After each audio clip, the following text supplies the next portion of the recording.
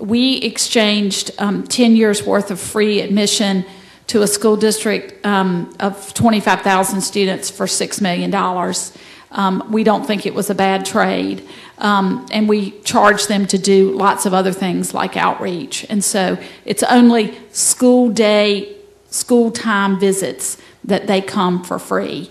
So our staff works really hard to make sure that every child visits the museum store and has lunch in the cafe if they come for free.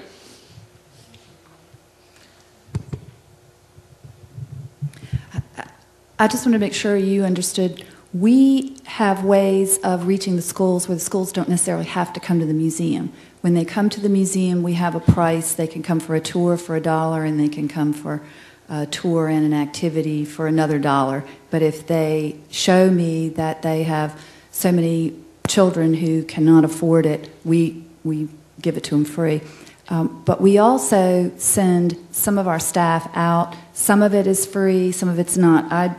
We negotiate, trying to figure out, again, how the community works. We've also started, and we did this with our first AmeriCorps program, and we're doing it again. We've put together trunks, and the trunks are free, and the teachers can come to us, and they can borrow them. We're also trying to get more of the resource teachers, the librarians, can use these trunks, and we have exhibitions that we let them borrow. I don't even have a price on any of those. Those are free. I get grants to put the trunks together, grants to put the exhibits together, and then it's free to the community through the schools, and it's working quite well. The thing that has worked the best for me with contracts, I have a contract with the city school district, and we found that their art teachers don't have art supervisors in the city and the county, and so we have a library where the art teachers can use our books, they can use our exhibits, and we have actually started having meals, lunches that my board members have provided for the art teachers, because we want the art teachers to be members of the museum and know what we're doing, and then those art teachers, we're training them. It's not there yet, but we're training them to talk to other teachers in their schools, so they're kind of our point people to help with social studies, language arts, and we're offering that. The art teachers can't get into the schools as easily as the classroom teacher, but I can talk to you a little bit more about where we're going with that, and I'm not saying I'm making lots of money or have huge numbers, but it is improving every year. Other questions?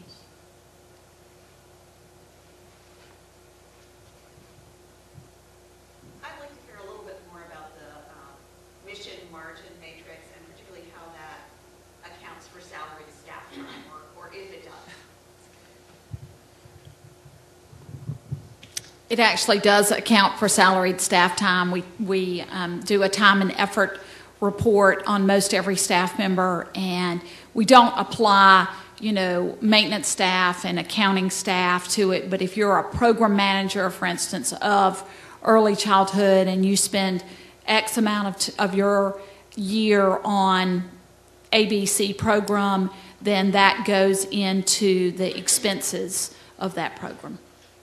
Catherine, I assume you pick up marketing expenses and everything else related to these different we do, to a large extent. Most of our programming has a very small marketing budget. In our community, our website is our best tool, and we get between 5 and 6 million hits a year to our website.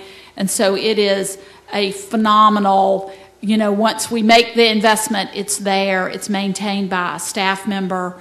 And so we do allocate, the cost of printing, for instance, for summer camp or birthday party or whatever, but we don't allocate marketing staff time to those specific programs.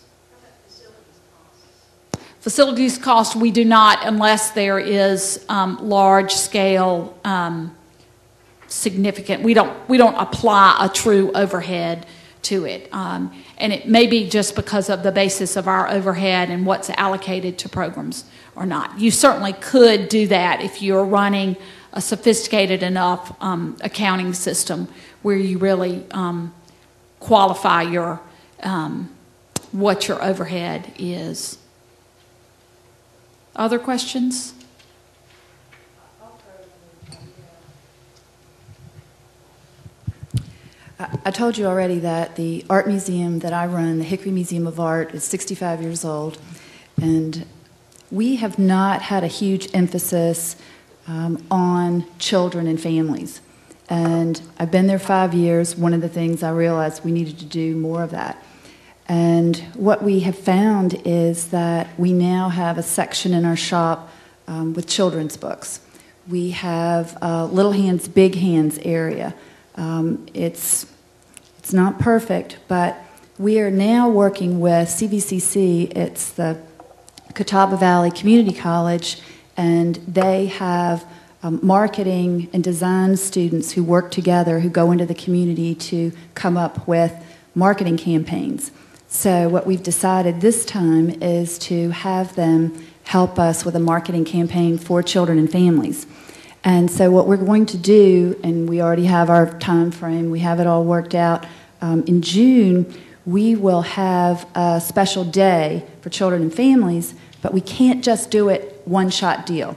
So we are now working on having spaces in not every gallery, I have 10 galleries, but at least in every floor, where we will have a kind of a please touch corner situation. And I did that 2 years ago, and I did it at my last place.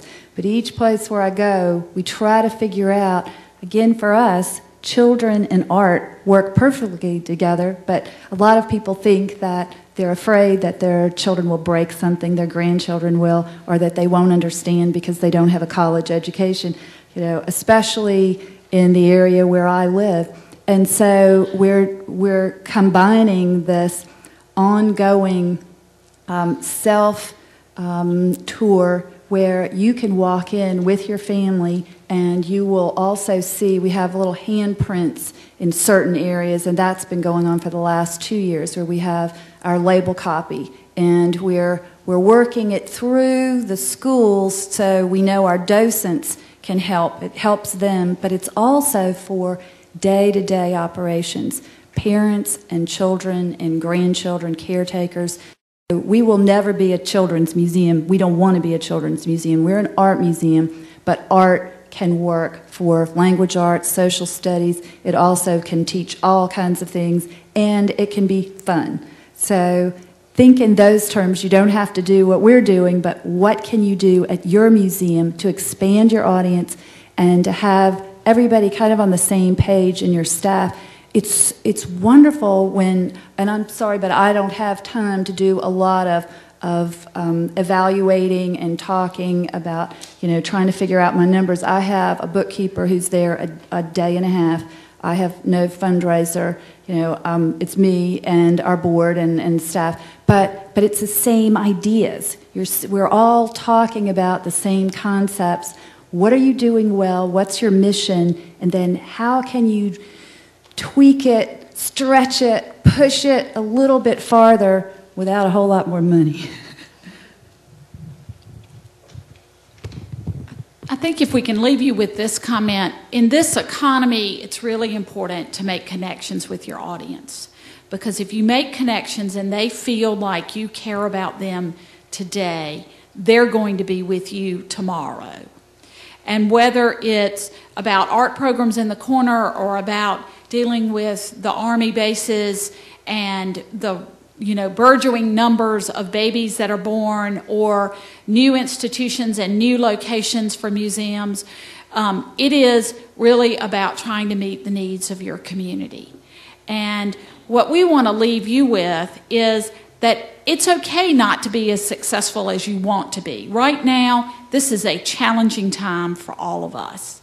And we just want you to use the tools, some of which we showed you today, that help you look at what you're doing and how you're doing it.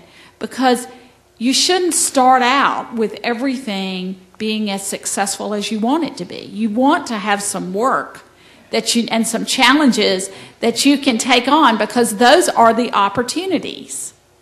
And we all have those opportunities that we can take advantage of in this community and this economy. So we want to thank you for your attention and your participation today. And if any of you have specific questions, we will be down front for a few minutes.